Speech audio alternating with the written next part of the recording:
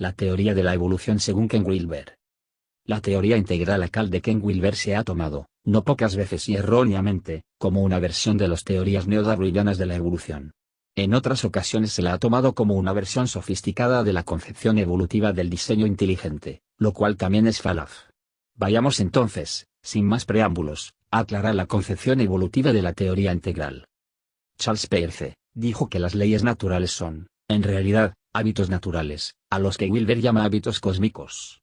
Cuando emergieron por primera vez, lo hicieron de un modo relativamente abierto y creativo, pero en la medida en que una determinada respuesta fue repitiéndose, acabó consolidándose como un hábito cósmico cada vez más difícil de erradicar. Tales hábitos cósmicos no son algo fijo y establecido de antemano. Eso libra la teoría integral de Wilber de la necesidad de defender la hipótesis del llamado diseño inteligente. En palabras de Wilber, en su libro Espiritualidad Integral, los hábitos cósmicos, cuando emergieron por primera vez, lo hicieron de un modo relativamente abierto y creativo aunque, en la medida en que una determinada respuesta fue repitiéndose, acabó consolidándose en una estructura cada vez más difícil de erradicar. Dicho metafóricamente, los hábitos cósmicos, por repetición, van profundizando el surco, lo que conduce a la creación de estructuras, en principio superficiales, que cada vez se hacen más profundas. Así pues, no son preexistentes ni ahistóricas, sino que van surgiendo y se van fijando en la evolución. Por otra parte, según David Loye, experto en la obra de Darwin, este no creía que la supervivencia de los más aptos era el único y el principal impulso de la evolución.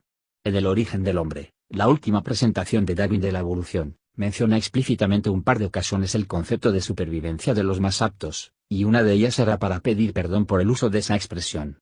Y 95 veces menciona el amor, y 92 veces menciona la sensibilidad moral. Curioso dato, ¿no les parece? Darwin dejó muy claro que existe toda una jerarquía de impulsos evolutivos, cuyo lugar más bajo lo ocupa la supervivencia del más apto. Luego está la selección sexual, en donde la hembra selecciona al macho con el que mantener relaciones sexuales, en la que llama estación del amor y aplica este impulso de amor no solo al ser humano, sino también al resto de animales. Luego está una especie de selección parental y social, seguidas de las dos fuerzas más elevadas de la selección y la evolución, el amor y la sensibilidad moral. La selección de los más aptos, desde la visión integral de Wilber, es una fuerza pura de los cuadrantes superior derecho e inferior derecho. Vea el diagrama de aquí abajo. La selección realizada por la hembra, introduce los deseos y decisiones del cuadrante superior izquierdo, y el amor introduce el cuadrante inferior izquierdo y la relación amorosa yo-tú, y Darwin no tiene la menor duda de que, aun en animales inferiores como los pájaros, ese impulso es una forma verdadera de amor. Y la sensibilidad moral, por último, no solo apunta al cuadrante inferior izquierdo, sino a los niveles superiores del desarrollo de los cuatro cuadrantes. El Darwin más maduro tenía un concepto muy amplio y global de la evolución, a diferencia de las primeras formulaciones de su teoría. Pero esta es también una teoría de la evolución que no depende exclusivamente de las mutaciones azarosas en el material genético, cuadrante superior derecho, y de la selección a través del ajuste funcional, cuadrante inferior derecho, sino que puede explicar que la evolución opera desde el mismo Big Bang y prosigue desde ahí, con o sin mutaciones genéticas, en los cuatro cuadrantes, las cuatro perspectivas básicas desde las que podemos ver la realidad. Wilber prosigue argumentando en su libro La religión del futuro que, a menudo, escuchamos decir que la evolución lo abarca todo y que nada queda fuera de su alcance. Solo añado que el enfoque integral o ACAR en inglés, es el único que explica cómo eso es posible, porque todos los demás asumen la explicación neodarwiniana, que yace en algún punto del trasfondo, que no es capaz, ni siquiera en la versión darwiniana actual, de explicar la inmensa mayoría de los cambios y mejoras que hemos visto en el mundo. La teoría de la evolución de Darwin es un subconjunto menor de este proceso ocon global, y que ni siquiera es capaz, especialmente en el mundo actual, de aproximarse a explicar el inmenso número de cambios evolutivos que hemos visto en el mundo, tanto en la cultura como en la tecnología, la empresa, la medicina, la educación, y en el individuo, las sociedades y los procesos mundiales. Nada de eso puede ser explicado por meras mutaciones genéticas. La creencia es que la evolución darwiniana abarca toda la biología, cosa que no hace, y de que abarca, en consecuencia, todo el universo en todas sus dimensiones, cosa a la que ni siquiera se aproxima. Es cierto que la evolución abarca el universo entero, aunque solo en algo semejante a la versión impulsada por la teoría integral ocon, más allá de la mera genética y de la selección natural y anclada en la estructura de la dinámica misma del despliegue de la existencia, instante tras instante, del ser y de la forma real de su devenir. Ken Wilber, comentando un texto de Whitehead, escribe, en su libro La religión del futuro, el universo que conocemos, es un universo en el que cada momento trasciende e incluye a sus momentos predecesores. Para Whitehead, cada momento adviene como un sujeto de experiencia o una gota de experiencia. Y, en la medida en que lo hace, toca el sujeto, o momento, anterior y lo convierte en objeto. Esta conexión del momento anterior por el momento presente, refleja la influencia del pasado sobre el presente, ya que si tocas un objeto, este te afecta, y esto es lo que sucede cuando cada momento toca y abraza el momento anterior, que, en sí mismo, ha tocado y abrazado su momento anterior, y así sucesivamente. Ese es el momento en el que el pasado causa o determina el presente. Pero, si eso fuera todo, nuestro universo sería puramente mecanicista o determinista, en el que no cabría la creatividad o novedad. Según Whitehead, además de aprender, tocar, el momento anterior, cada nuevo momento agrega su propia novedad o creatividad porque, además de incluir el pasado, también lo trasciende. Por ello decimos que no solo incluye el sujeto, o momento, anterior, convirtiéndolo en objeto del siguiente sujeto o momento, sino que, al añadir un poco de novedad emergente al nuevo sujeto, introduce un puñado de libertad y novedad a la mezcla.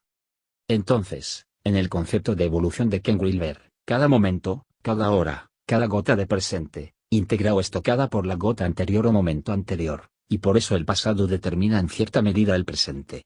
Aunque cada gota de presente trasciende o añade cierta libertad creativa, lo cual permite la evolución de todo, permite la novedad, y permite que, aunque el momento presente esté tocado por el pasado, a la vez tenga cierta libertad del pasado. Nada nuevo podría emerger en el cosmos en ausencia de este añadido creativo, porque el presente estaría completamente determinado y causado por el pasado.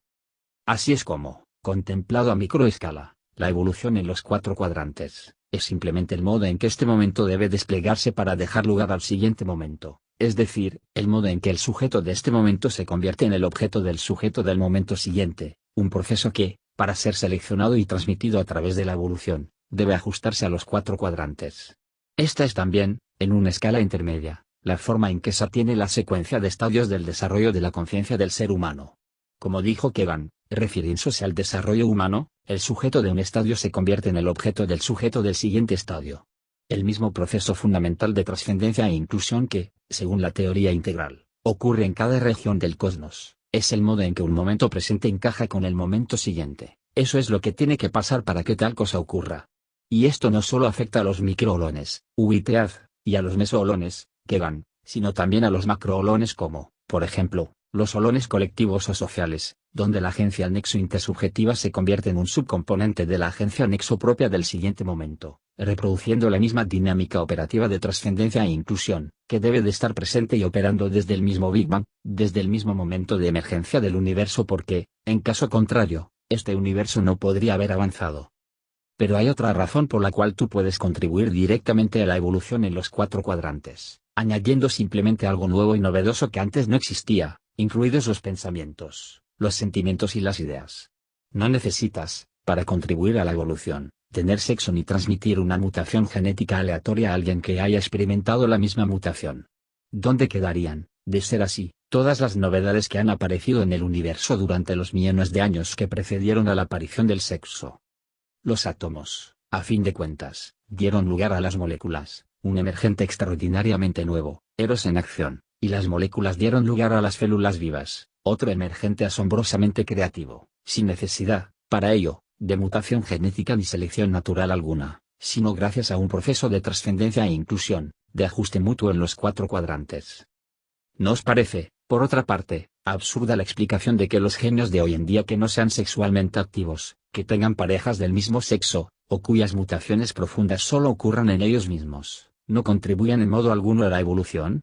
Piensa en los pensamientos más elevados que puedas tener, siente el amor más profundo del que seas capaz, asciende o desciende a la divinidad más elevada o profunda que puedas experimentar, trata a los demás con la bondad y la compasión más tierna y cuidadosa que puedas y si, de algún modo, te hallas cerca de la vanguardia de la evolución, estarás contribuyendo de manera directa, inmediata e instantánea a lo que Whitehead denominaba un aspecto fundamental del universo, es decir, el avance creativo hacia la novedad o, dicho en otras palabras, estarás contribuyendo a la evolución misma.